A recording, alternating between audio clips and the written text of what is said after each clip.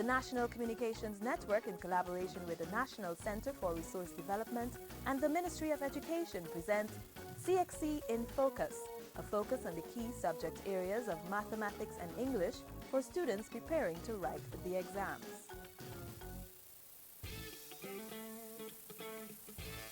Welcome to another program, CXC Mathematics in Focus. We are at lesson number 17, Plane Geometry. In this lesson, we will solve geometric problems using the properties of polygons, lines, and angles. Two rays that share the same endpoint form an angle.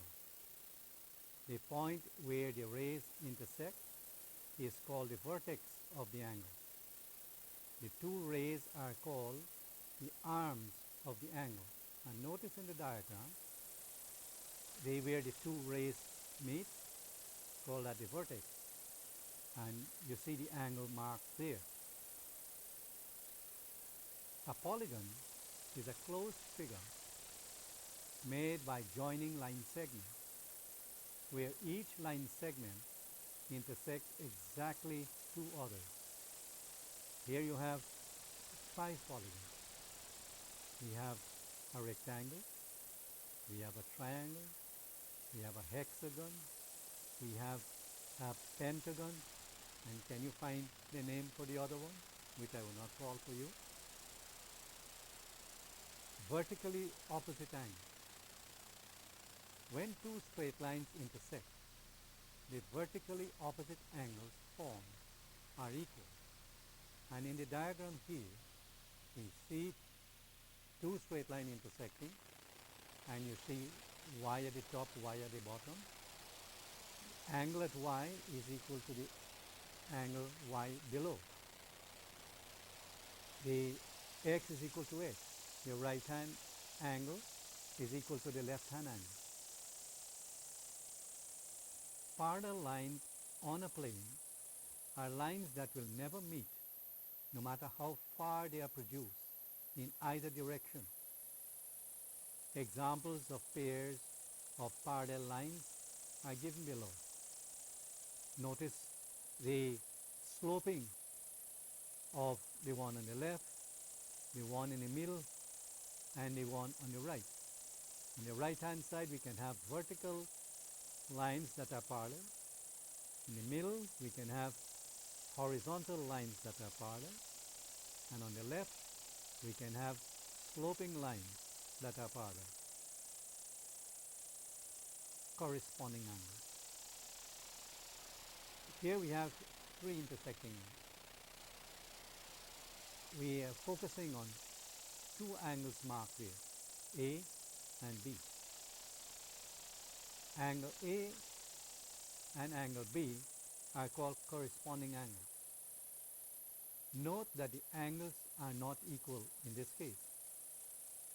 If, however, angle A is equal to angle B, as shown below, then the pair of lines are parallel. Notice below there, the two angles visually can be seen as being equal. Can you find other pairs of corresponding angles from the diagram above as well as the diagram below? For the pair of corresponding angles below, since the lines are parallel, all the corresponding angles would be equal. Alternate angles. Again, we have 3 intersecting lines. We have 2 diagonals. One is called A, one is called B. In A, the angle A and B are called alternate angles. Similarly, in diagram B, A and B are alternate angles. But in the figure A, the alternate angles are not equal. But in figure B, the alternate angles are equal, because in figure B, you have a pair of parallel lines, and you see the arrows indicating the lines that are parallel. Can you find other pairs of alternate angles? Test your skills. And note, if A is equal to B, that is angle A is equal to angle B, then the pair of lines is parallel. Co-interior angle. Here we have three intersecting lines. We are focusing on two angles marked A and B. When angles like those are in such position, they are called co-interior angles. And notice the position for the co-interior angle. If lines M and N are parallel, then the co-interior angles are supplementary.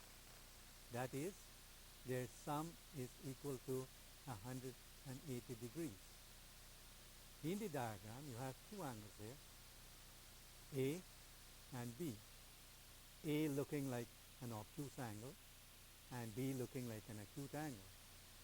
But if we use our protractor to measure and add the two angles, that is angle A plus angle B, we will end up with a sum of 180 degrees. The sum of the angles of a triangle is also equal to 180 degrees. In this triangle, we have three angles, three interior angles. We have one at A, one at B, one at C. If we do actual measurement and add these angles, we always end up with 180 degrees. So we generalize by establishing a theorem which says that the sum of the angles of a triangle is equal to 180 degrees. That is, angle A plus angle B plus angle C is equal to 180 degrees. The sum of the angles of a quadrilateral is equal to 360 degrees, or twice the sum of the angles of a triangle. Again, we have four angles, four interior angles, A, B, C, D. If we do actual measurement and add the angles, we will have 360 degrees. So angle A plus angle B plus angle C plus angle D is equal to 360 degrees. The exterior angle of a triangle is equal to the sum of its interior opposite angles. For example, we have a triangle ABC. We extend AB to the right to produce an exterior angle marked there as 150 degrees. And angle C is equal to 60 degrees. And angle A is not known, so we use a variable to represent it, call it x. And so what the theorem is saying above is that 115 is equal to the sum of the interior opposite angles. The interior opposite angles to 115 degrees will be angle A and angle C. So 115 degrees is equal to x plus 60 degrees. So to find x, we subtract 60 from 115, which will give us 55 degrees. Since we know that the sum of the angles of a triangle is equal to 180 degrees, we could have do the sum differently by subtracting 115 from 180, and you'll get 65 degrees. That is the angle next to B, the one on the other side of 115. And then use that knowledge and find the value of x. That is, using triangle ABC, the three angles of triangle ABC, to find what x is. In the diagram just below here, we have ABCD as a pentagon. You're told that angle BAE is equal to 108 degrees, angle ABC is equal to 90 degrees, angle AED is equal to 80 degrees, angle ADC is equal to 57 degrees, and we are told that AE is parallel to CD. And notice the two little arrows there to show that the two lines are parallel. You're asked to calculate the size of the angles marked X and Y. See those two angles marked. One is part of angle D and Y is at angle C. You're required to show all steps in your calculations and give reasons for your answer. This question is taken from CXC June 2005.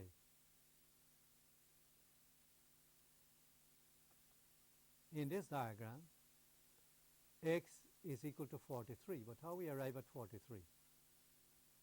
DAE is equal to 57 degrees. And we know that angle ADC and DAE are alternate angles. And since the lines are parallel, they are equal. By considering triangle AED, see that one, AED, we know that the sum of the three angles will give us 180. So it is 57 degrees plus 80 degrees plus X is equal to 180 degrees. X is equal to 180 degrees minus 137 degrees, which will give us 43 degrees. So X is equal to 43 degrees. The second part, angle EAD is equal to 51 degrees. Let's see how we manage to get 51 degrees for it. Angle EAD is equal to 108 degrees minus 57 degrees, which will give us 51 degrees. Note that the sum of the angles in the quadrilateral ABCD is equal to 360 degrees. So we have 57 degrees plus 90 degrees plus Y plus 57 degrees equal to 360 degrees. So Y is equal to 360 minus 204 degrees, which will work out to be 156 degrees. Here is your problem for today. The figure SJKM, not drawn to scale, is a trapezium with SJ parallel to MK. Angle MJK is equal to 124 degrees, and angle MSJ is equal to 136 degrees. You're also told that SJ is equal to SM is equal to 50 meters. You're required to calculate the size of angle SJM and angle JKM. And this question is taken from CXC June 2005. This is a problem given to you in the last lesson. You're asked to use the graph to determine, see the graph on the next slide, the following. A, the value of f of x when x is 2, the value of f of x when x is equal to 1.5, the values of x for which f of x is equal to 0, D, the minimum value of f of x, E, the value of x at which f of x is a minimum, F, the solution of x squared minus 3x minus 3 equals 5, and G, the interval on the domain for which f of x is less than minus 3. This is the graph given to you to solve the problem.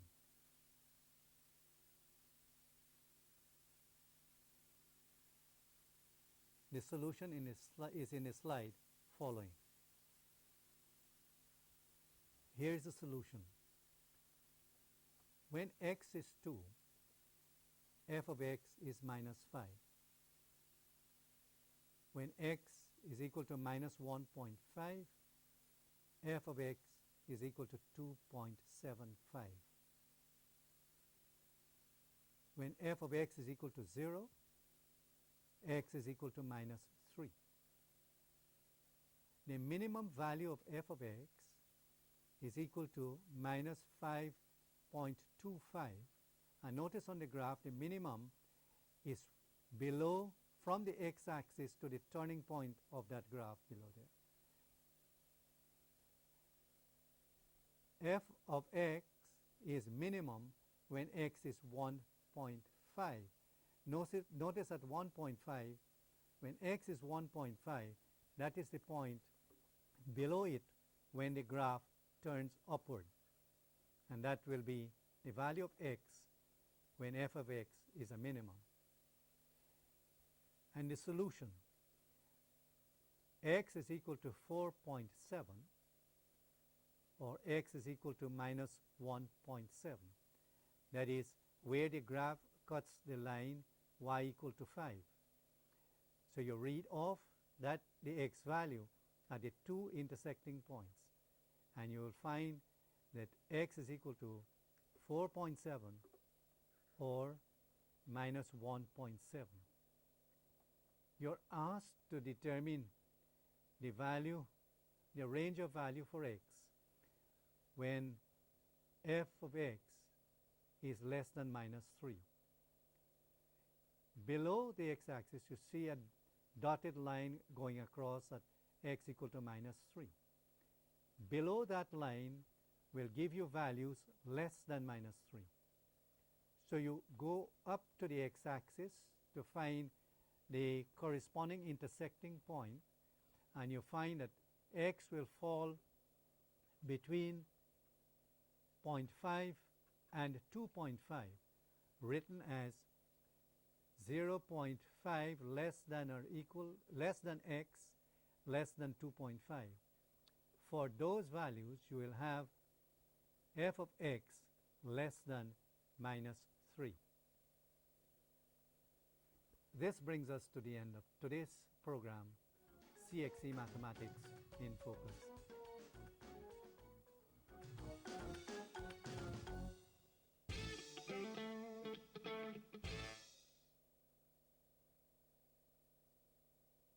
This is the final lesson on the section 3 of the CXC English A paper. We present to you two stories that won the Best Short Story Award for the years 2001 and 2003. All we have discussed so far in the previous 9 lessons are evident in these stories. Enjoy them. Best Short Story 2001 was based on the picture below. As my bare feet trudged through the sludge of human and animal waste, a terrible stench permeated the air. The putrid stench of garbage, feces, and dead animals clung even to my clothes.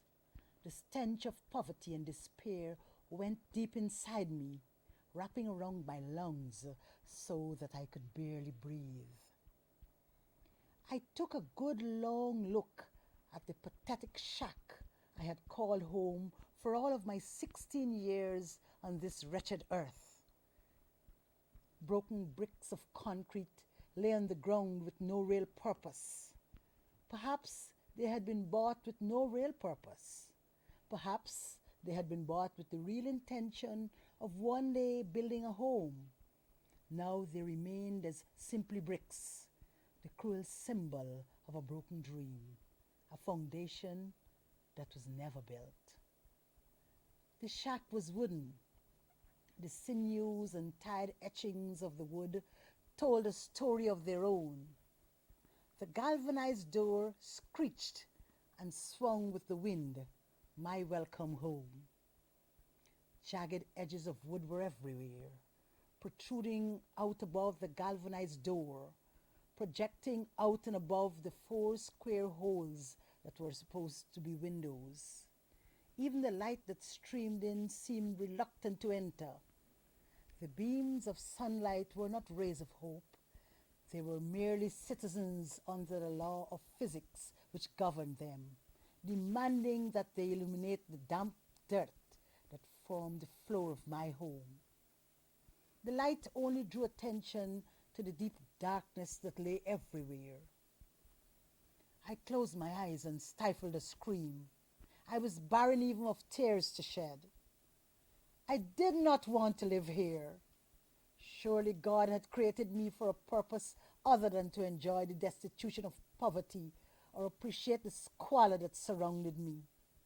I had to believe that God was good, that He was on my side. I had no one else. My father would be returning soon. Every day I prayed that he would never return. God never seemed to hear my prayers. Would he be returning with another man, another ogling, lusting buffoon who would try to touch me, who would start ripping at the little cloth I wore? Would he flash the money and bring rum as payment to my father? That was the moment I made my decision.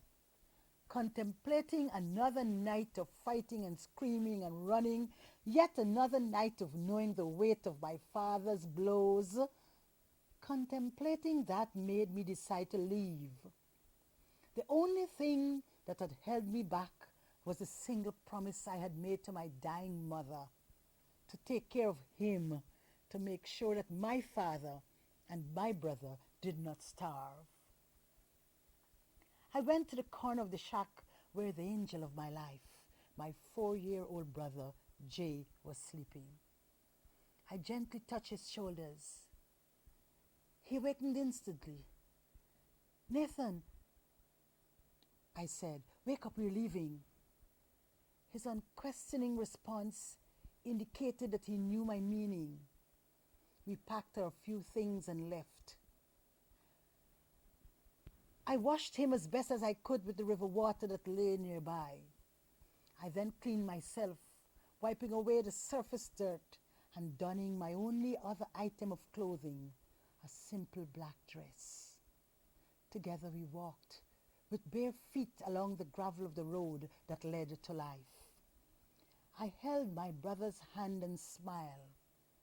I wondered what he was thinking. His tiny hand squeezed mine tightly.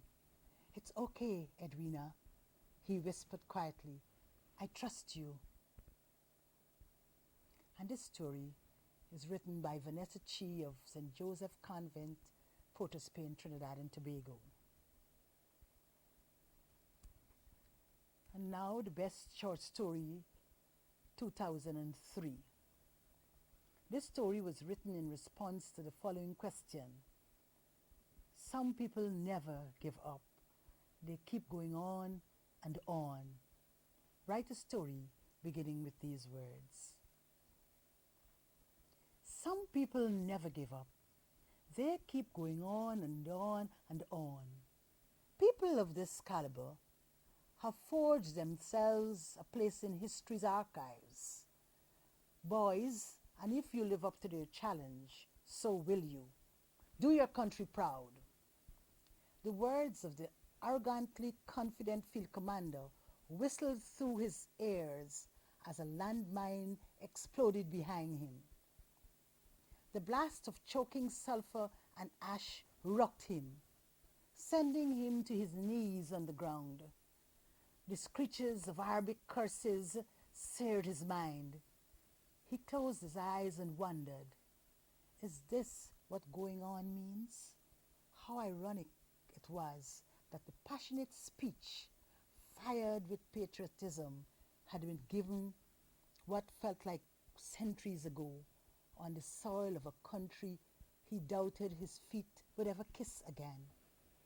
How ironic that he, a humble field soldier, now gambled with his life and a dubious metallic weapon on the battlefield of someone else's war, while the illustrious commander was tucked safely home, no doubt commenting gravely on the exploits of our boys out there.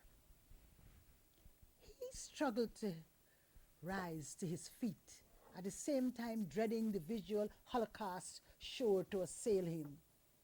The center of the town's once prosperous financial district had been transformed into a base of squalor and destruction, where blood ran in the gutters instead of water. Oh, for a taste, a drop of water, the soldier thought, raising his eyes to the relentlessly blazing Middle Eastern sun. Mere feet away from him, children garbed in tattered rags kicked at the remains of a decaying mongrel. The stench of putrescence that rose from its desiccated limbs ought to have made them vomit, but they surely had nothing to expel from their empty bellies save gastric acid. Surely these people were promised food from my country, he wondered, the benevolent gesture of a superior nation, confident of its victory. No. Then it seems the first casualty of war is truth. A sudden, horrendous shriek rent the oppressive, steamy silence. The soldier whirled around, hands clutching his rifle. A hideous figure that might once have been called a woman, except for the torture marks of poverty and suffering carved into her frame, staggered through the street.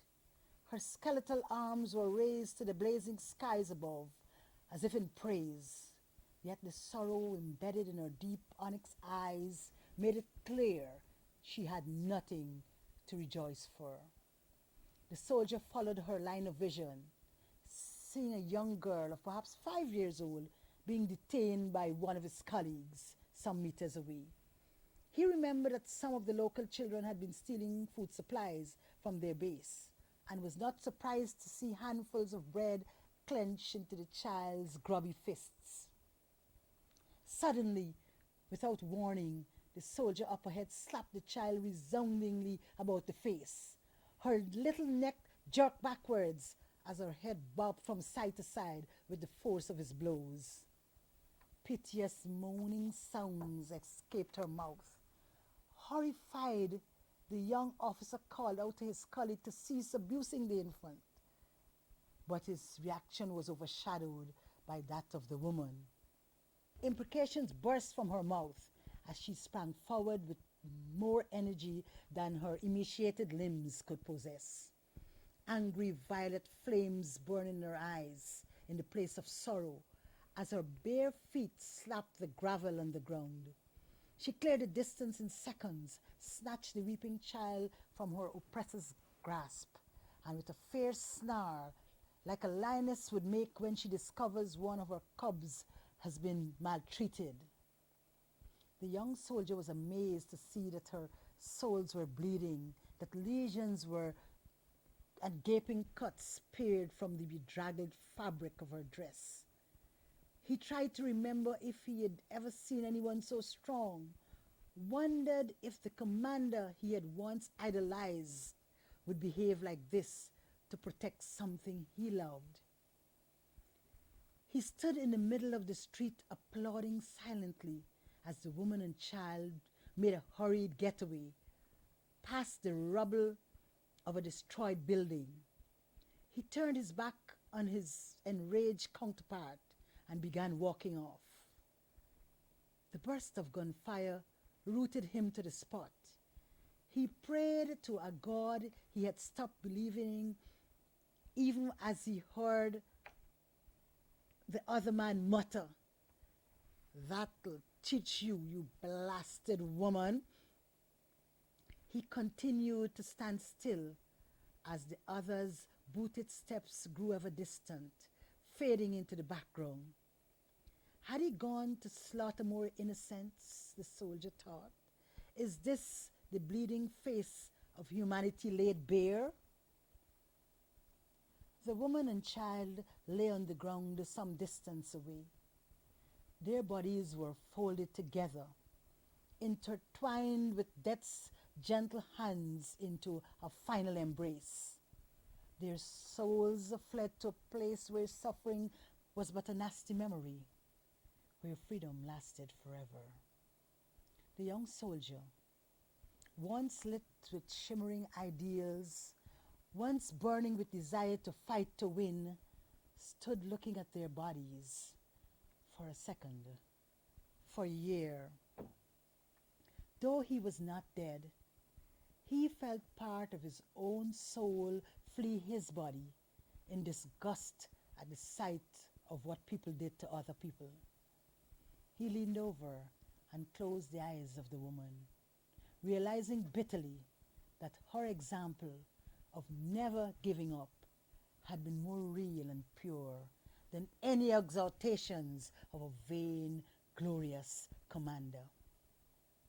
You, he said to her lifeless body, with more conviction that he had ever felt, have taught me what it means to go on.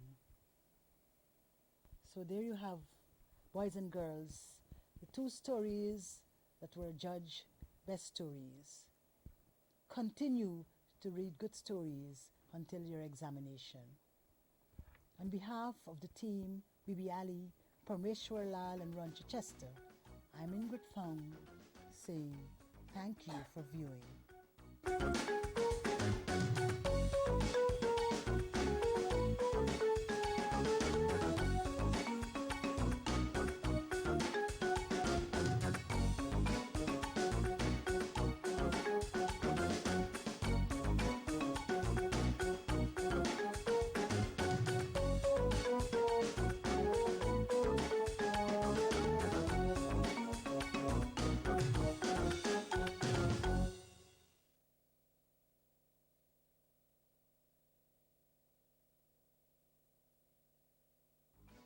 The National Communications Network, in collaboration with the National Center for Resource Development and the Ministry of Education, present CXC in Focus, a focus on the key subject areas of mathematics and English for students preparing to write the exams.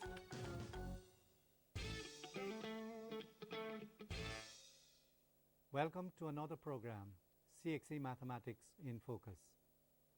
Lesson 18, Geometry. We are looking at the circle. In this lesson, we will solve some geometric problems using theorems related to the properties of the circle. Let us recapitulate some key terms. A chord is a line joining any 2 points on the circumference. And notice where the word chord is written on the diagram, the line joining 2 points on the circumference. An arc is any part of the circumference. And notice that radius there, from the center to the circumference. And notice the tangent, the line touching the circle from the outside. What do you know about a tangent? A tangent to a circle is a straight line which touches the circumference at any point. And notice the tangent there. A tangent of a circle is perpendicular to the radius at all times. And note that at all times the tangent and the radius will meet at 90 degrees. There are several theorems related to the circle. Here are two of them. An angle at the center, notice it there, marked 2A, of a circle is twice any angle A at the circumference standing on the same arc or chord. Now notice the arc below 2A, the same arc subtend 2A at the center, and the same arc subtend A at the circumference. Whenever that happens, the angle at the center is always twice the angle at the circumference. The angle in a semicircle or on the diameter is a right angle or 90 degrees. Sometimes we say that the angle subtended by the diameter is a right angle or is equal to 90 degrees. Notice that at the center there, where the diameter is, the angle around there is 180 degrees. Sometimes we call it a straight angle. And from what we said for the first theorem a moment ago, the angle at the center is double at the circumference. So if the angle where at the center where the diameter is 180, we conclude that the angle subtended by the same diameter, the circumference, will be half of 180, which is 90. So that's another way of saying it. Now, here is an example for you. In the diagram, not drawn to scale, O is the center of the circle. The measure of angle LOM is 110 degrees. You're asked to calculate the size of each of the following angles: angle MNL and angle LMO. This is a question taken from CXC, January 2007. Here's the solution. Angle MNL is equal to 55 degrees. And notice the angle at the center there, 110. In the same arc subtending the angle at N, and the angle at N is MNL, and that should be half of 110, and that's how we end up with 55 degrees for angle MNL. And you are required to state the reason. That is, a reason like this is acceptable to CXC. An angle at the center of a circle is twice any angle at the circumference standing on the same arc or chord. Or a statement, angle MNL is equal to a half angle MOL. The second part of the question, angle LMO is 35 degrees because LOM is an isosceles triangle, because OM and OL are radii of the same circle, and since they are radii, they are equal. And in a triangle with two equal sides, we say the triangle is isosceles, hence the base angles are equal. So we subtract 110 from 180 and we will get 70, and you divide 70 by 2 and you will get 35. So you will have angle OML equal to angle OLM equal to 35 degrees. Here are two other theorems. Angles at the circumference of a circle standing on the same arc or equal chords are equal. In this case, you will notice angle APB equal to angle AQB, both standing on the same arc. These angles are also in the same segment of the circle.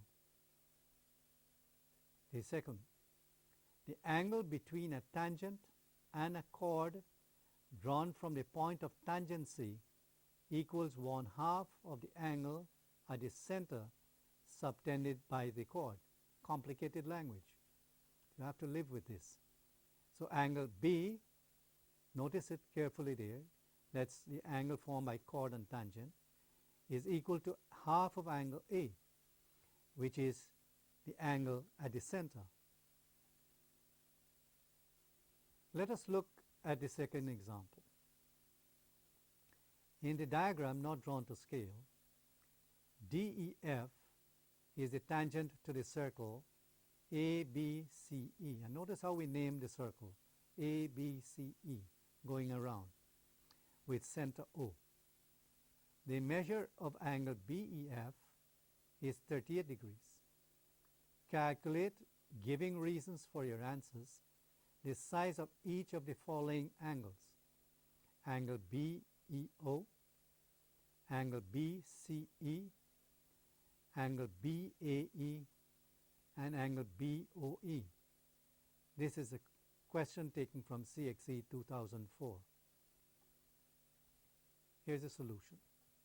Angle BEO is equal to 52 degrees. And this is the reasoning. The tangent DE is at right angle to the radius EO, drawn from the point of tangency.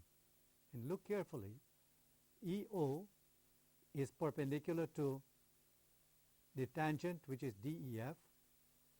So to find the small angle in between there, you subtract 35 from 90. That's how we got 52. The second part, BCE is equal to 38 degrees.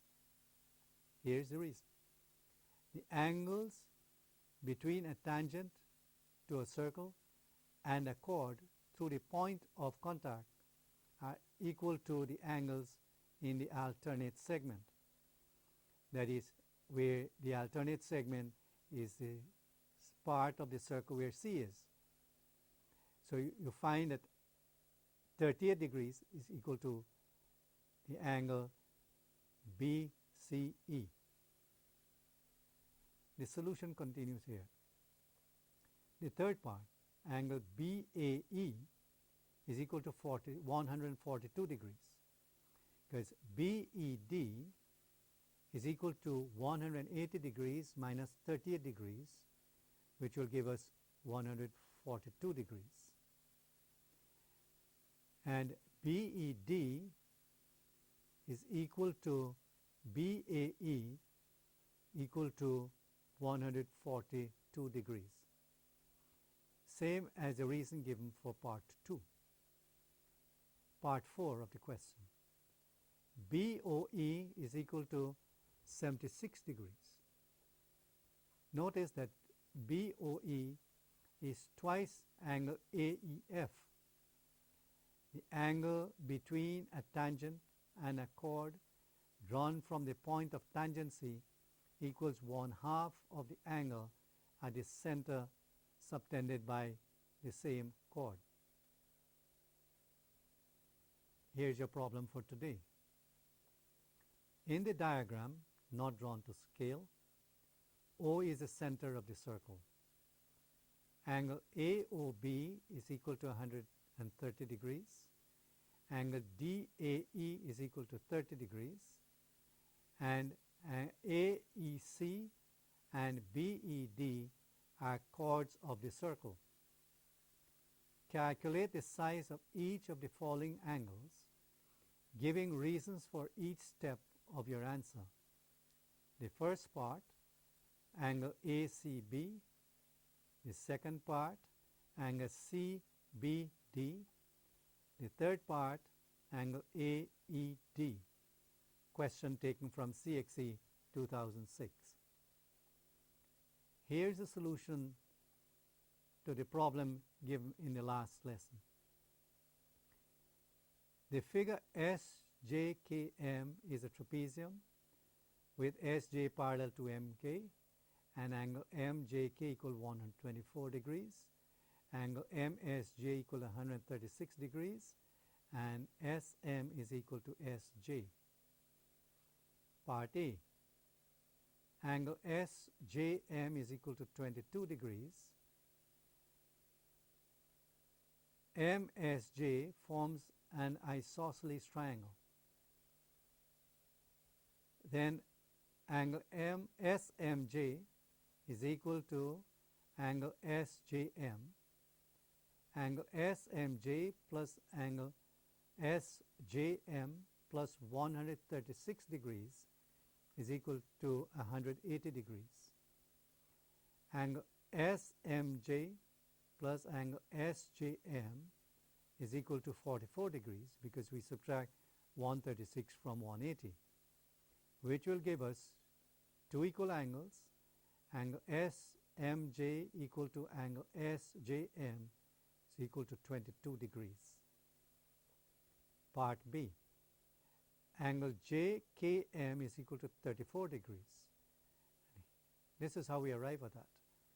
Angle SJM is equal to angle JMK is equal to 22 degrees since they are alternate angles, SJ is parallel to MK.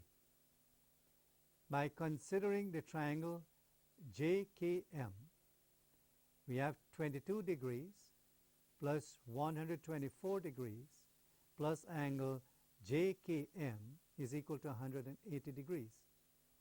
So angle JKM is equal to 180 degrees minus 146 degrees, which will give us 34 degrees.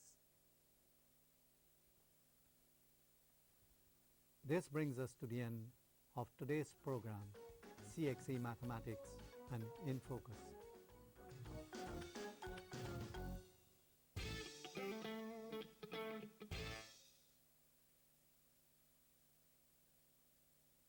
In this lesson, we will continue to look at questions that are likely to come on the English A Paper 1 of the CSEC examination.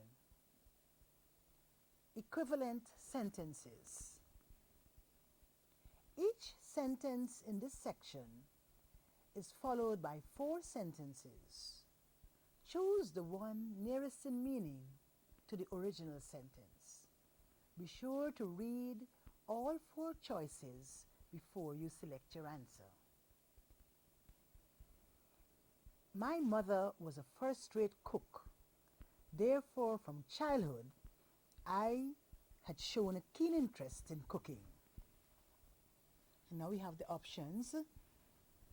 Because my mother was an excellent cook, I had been fascinated with cooking from childhood. Because my mother was a first-class cook, I had learned to cook from my early childhood days. Because my mother was a good cook, she had taught me how to cook from my early childhood days. Because of my interest in cooking, mother, being a first-class cook, taught me how to cook from early childhood. You will notice that the correct answer is option A. All the other options mentioned that she was taught how to cook or learned to cook from early childhood. But this is not what the first sentence says. The first sentence says that she showed an interest in cooking. Now let's look at some others. The manager promised them that they would all be rewarded for their hard day's work. And the options are: reward was promised to them by the manager if they worked hard. The manager promised to pay them on the day that they worked hard. That they would be compensated for hard work they had done was the manager's promise. The manager promised them that they would all be recompensed for their hard day's work. Now let's look at question 2. Remember that you must read all the options before you choose your answer. Option A mentions that they will be rewarded if only they worked hard. Option B says they will be rewarded on the day they worked hard. And option C says they will be rewarded for the work they had done. The answer for this question then is option D, which has the same meaning as the given sentence. The enemy fled in terror when they realized that they would be defeated. The options are: when the enemy realized that they would be defeated, they became terror-stricken and fled. The enemy, recognizing that defeat was certain, ran away. The enemy, realizing that they were defeated, scampered away in fright. The frightened enemy ran with all their might when they saw that they were defeated. You will notice that the correct answer for question 3 is option A. Option B mentioned that defeat was certain and mentioned nothing about their fleeings. Options C and D mentioned that they were defeated. The next one. The fisherman cannot be expected to catch the fish and also attend to its transport and marketing. And the options are: it is impossible for the fisherman to catch the fish and sell it at the same time. The fisherman should not be permitted to market the fish that he has caught. One does not expect the fisherman to catch, transport, and also deliver the fish to customers. Though he catches the fish, one should not expect the fisherman to deliver and sell to customers. Option A says nothing about transportation. Option B has irrelevant information. Option D says nothing about transporting the fish. So, the correct answer is option C. Walking into his father's office, he calmly announced his intentions to go to sea. The options: A, his decision to become a sailor was made after he walked into his father's office. He quietly walked into his father's office and said he was going to the sea. He calmly announced his intentions of going to the sea when he walked into his father's office. He walked into the office having calmly said to his father that he had decided to be a sailor. Option A says that he made his decision when he walked into his father's office. Option B says that he quietly walked into his father's office. Option D says he told his father of his intention before walking into the office. So, the correct answer is option C. When she was a little girl, she was very keen on horses. The options: even as a child, she was interested in animals. Horses fascinated the little girl. As a child, she showed an interest in horses. She has always been interested in horses from childhood. Option A and D imply that she is still keen on horses. Option B implies that she is still a little girl. So, the correct answer is, again, option C. And finally, people who are successful at home gardening are said to have green fingers. And the options: people's fingers become green when they are successful at home gardening. To say that one has green fingers is to indicate that one does well at home gardening. To have green fingers, people must be successful at home gardening. People need green fingers in order to be successful at home gardening. Option A gives literal meaning to the word green. Options C and D reverse the meaning of the sentence. So, the correct answer is option B, which has the same answer as the original sentence. Now, boys and girls, we are going to look at sentence completion. And the direction says, choose the word or set of words that most logically completes each sentence. In this type of exercise, you have to be able to use words in context. That is, the word must fit into the meaning of the sentence. And so we have a dash there. Persons would not frequently change their wardrobe to keep up with every new trend in fashion. And we have 4 options: fashionable, adventurous, conservative, and courteous. The correct answer for this question is conservative. Option D is out completely, while option A and B are not logical answers. The journalists were impressed by the dash of the statesman whose speeches had a profound dash on all who heard them. And the options: appearance, reaction; presence, result; emotion, sensation; and eloquence, effect. Clearly, the answer for this question is option D. since eloquence is related to speech and effect tells of the impression that is produced. To conceal his true activities, the spy quickly dashed a plausible excuse for his presence there. Fabricated, divulged, explained, disguised. The correct answer is option A. Fabricated, which means construct or make up. And this logically fits into the sentence.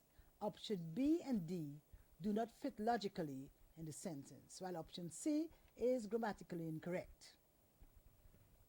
The prisoner was dashed after election of the new president and so went home to his family.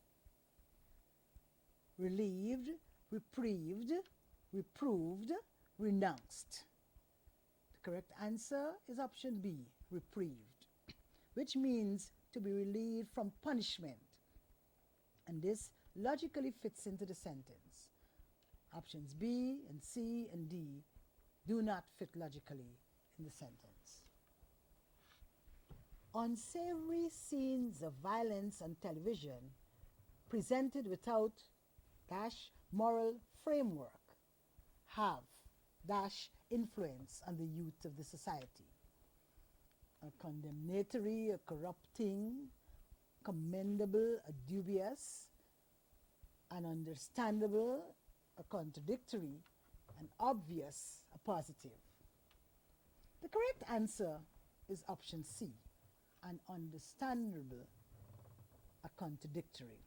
The others do not fit logically in the sentence, since option A and D do not present a contrast, while the word dubious in option B does not describe the influence. In our next lesson, we will continue to look at some of the items that are likely to come in paper 1. So until the next time, I'm Ingrid Fong saying good evening on behalf of the team Bibi Ali, Parmeshwar Lal and Ron Chichester.